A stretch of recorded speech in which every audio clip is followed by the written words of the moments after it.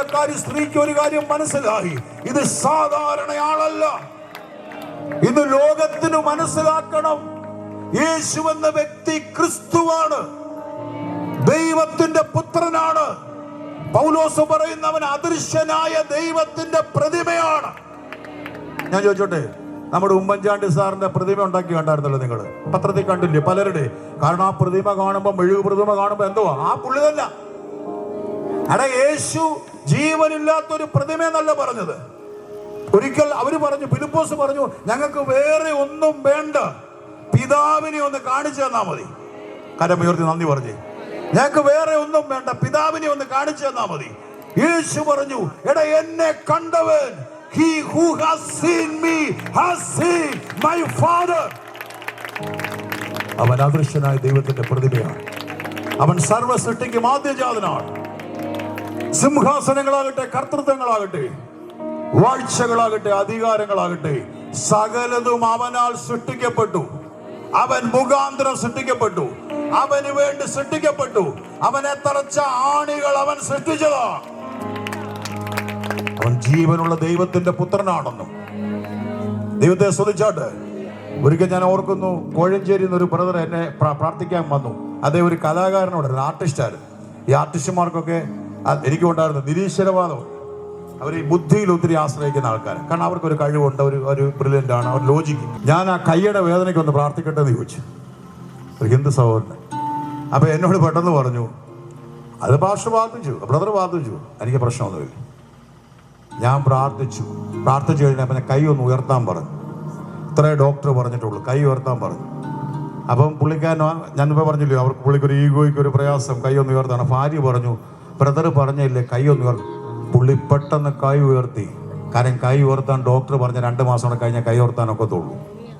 ഈ കൈ ഉയർത്തി കഴിഞ്ഞിട്ടും പോയിട്ടും അതേ യേശു ദൈവമാണെന്ന് പറഞ്ഞില്ല. അപ്പൊ ഞാന് ഇത് കഴിഞ്ഞപ്പോൾ യേശു അദ്ദേഹം വലിയൊരു തത്വചിന്തകനായിരുന്നു. അന്നത്തെ കാലത്തെ വലിയൊരു സിംഹമായിരുന്നു. ദൈവപുത്രനാണെന്ന് വെളിപ്പെട്ടില്ല. ഞാൻ അന്ന് രാത്രിയിൽ മുഴങ്കാലിൽ നിന്ന് പ്രാർത്ഥിക്കുമ്പോൾ പരിശുദ്ധാത്മാവിനോട് ചോദിച്ചു, കർത്താവിനെ ഒന്ന് മഹത്വപ്പെടുത്തുകയും. പരിശുദ്ധാത്മാവിനോട് ഞാൻ ഇങ്ങനെ പറഞ്ഞു, എന്താ കർത്താവേ, അദ്ദേഹം ഈ സുവിശേഷം സ്വീകരിക്കാഞ്ഞിട്ടും അങ്ങേ ദൈവപുത്രനാണെന്ന് പറയാഞ്ഞിട്ടും എന്തുകൊണ്ടാണ് അങ്ങ് അവന്റെ കൈ സൗഖ്യമാക്കിയേ? എന്റെ അപ്പൻ പറയുക, അവന്റെ സൃഷ്ടിതാവാ ഞാൻ. നിന്റെ കുഞ്ഞ് അനുസരിച്ചില്ലെന്ന് ഭക്ഷണമില്ലെന്ന് പറയുമോ? അനുസരിച്ചില്ലെങ്കിൽ അതാ ചോദിച്ച മക്കൾ അപ്പം ചോദിച്ച കല്ല് കൊടുക്കുമോ? മീൻ ചോദിച്ച പാമ്പിനെ കൊടുക്കുമോ? മുട്ട ചോദിച്ച തേളിനെ കൊടുക്കുമോ?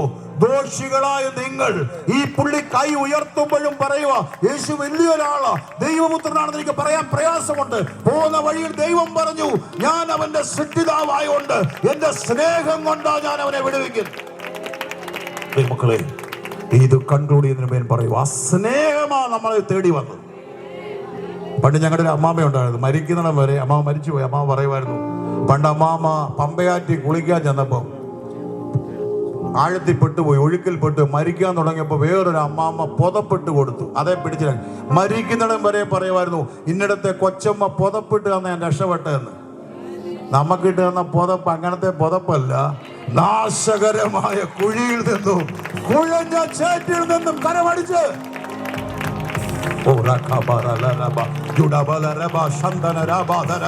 കുഴഞ്ഞ ചേറ്റിൽ നിന്നും, നാശകരമായ കുഴിയിൽ നിന്നും. ഇന്ന് രാത്രി ഞാൻ വിളിച്ചു പറയാം, ഇതൊരു മതപ്രഭാഷണമല്ല, ഇത് സ്നേഹമാണ്. തന്റെ സൃഷ്ടികളെ തേടി വന്ന സ്നേഹമാണ്. ആരും ആർക്കും വേണ്ടി മരിക്കാൻ തയ്യാറാകത്തില്ല.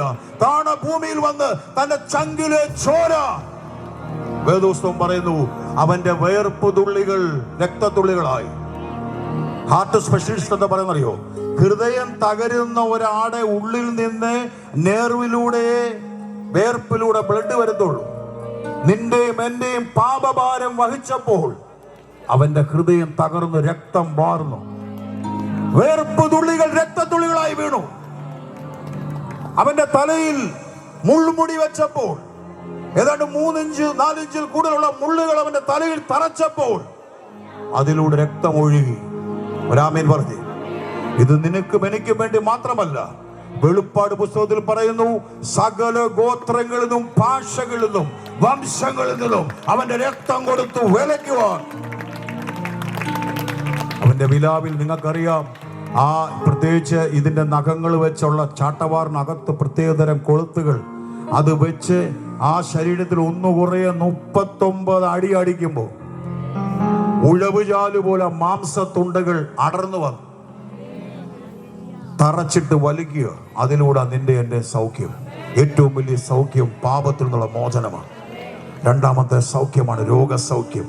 ഇന്ന് ഞാൻ പറയാം, ഏത് അവസ്ഥയിൽ നീ ഇരുന്നാലും ഇന്ന് നിന്നെ സൗഖ്യമാക്കുന്ന ഒരു ദൈവമുണ്ട്.